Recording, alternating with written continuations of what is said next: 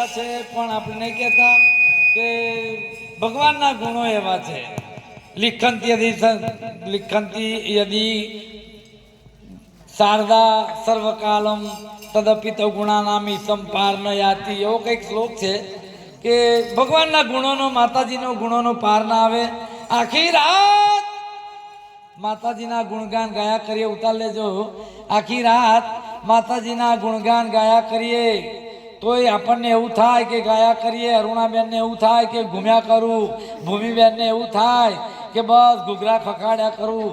પણ ઘેર જવું પડે.